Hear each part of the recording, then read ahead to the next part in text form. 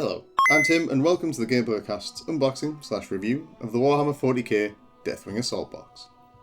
Having only recently finished making my Leviathan box Terminators into Deathwing Terminators, the link to that video should be popping up on the screen now. Obviously, the Emperor and GW decreed I didn't have enough Deathwing Terminators, giving me no choice but to get this box on order ASAP. I've always loved the Terminator models and lore, and 10th edition has created some damn fine miniatures.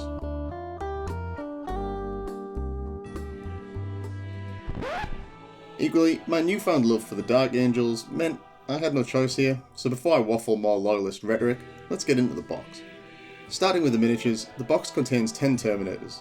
I believe these are the same models as the separate 5x boxed Terminators you can buy for £40, that's around $50. You get 2x Dark Angels upgrade sprues. These are about £10 each according to the website, that's about $12.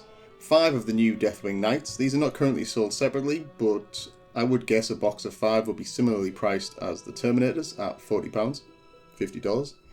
The Master of the Deathwing, Belial. Again, not currently sold separately, but his RRP will be around £20 I imagine, $25. 3 Watchers in the Dark, 3 Teleport Bombers, and 2 Dark Angels transfers sheets.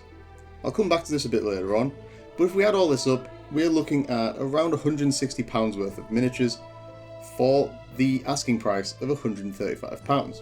In dollars, that's something like $200 worth for $170. While you can definitely debate GW's price points, I think it's hard to argue that the box doesn't offer fair value for money for any Dark Angels collectors, especially when I haven't covered the other 2 main items in the box yet. And if it hasn't been spelt out already, I'm a huge fan of the new Terminator models, and while this is overkill as I'll now have around 15, I can at least use some of the alternate heavy weapons. Equally, I have heard discourse around the rules for the new Deathwing Knights, but whatever the verdict rules wise, they are fine looking mother truckers. Love the shields and helmets, so I'm looking forward to assembling and painting these guys up. The new Belial model and base is pretty sick too. I mean, any model with a cape is pretty cool in my book anyway. Heresy grows from idleness. Now that we've dug through the mountain of sprues, we can get at that lovely special edition of the Codex. This is a nice collector's book. I was worried it would be wafer thin, and while I do think GW's books are excellent quality wise, it's a bit disappointing when you shell out £40 and get a very thin book. Considering this is only a supplement, it is pretty close to the thickness of the full AdMech Codex, a book I feel was rather underdeveloped.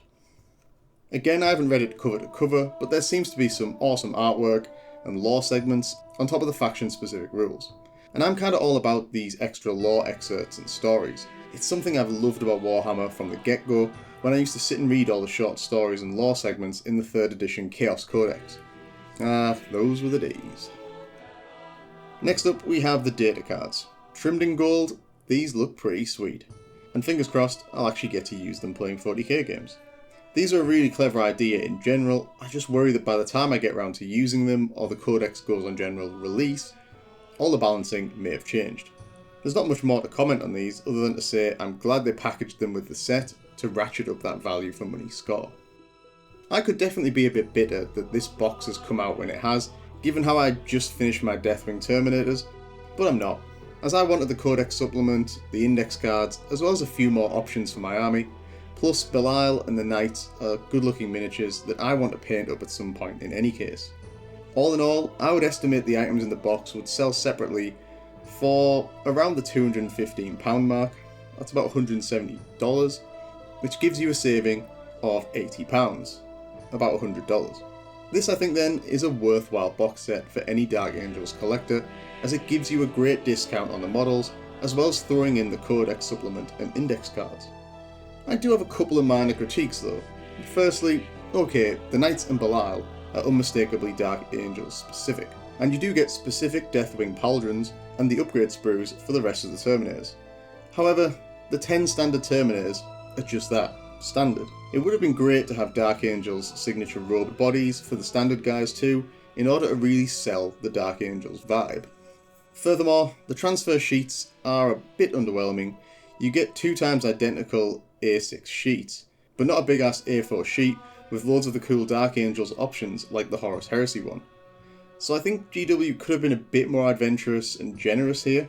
That said, I do love the addition of the text-based transfers for the nameplates, as I personally hate trying to add the text onto these, and this will make life so much quicker, easier, and better looking. It's only a minor critique in the sense that they were on the right lines with what they gave us, but one full A4 sheet version would have had more space for more multiples and additional texts and symbols. Overall though, as a Dark Angels fan, I'm happy with the purchase and excited to get going.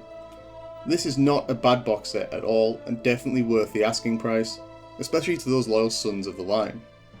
Look out for the video covering the painting of these models from this box, coming to the channel soon. In theory. And as always, I will end with my usual message of fuck Erebus. I've been Tim from Gameplay Casts, you've been awesome, and all that's left for me to say is peace out, and thanks for watching.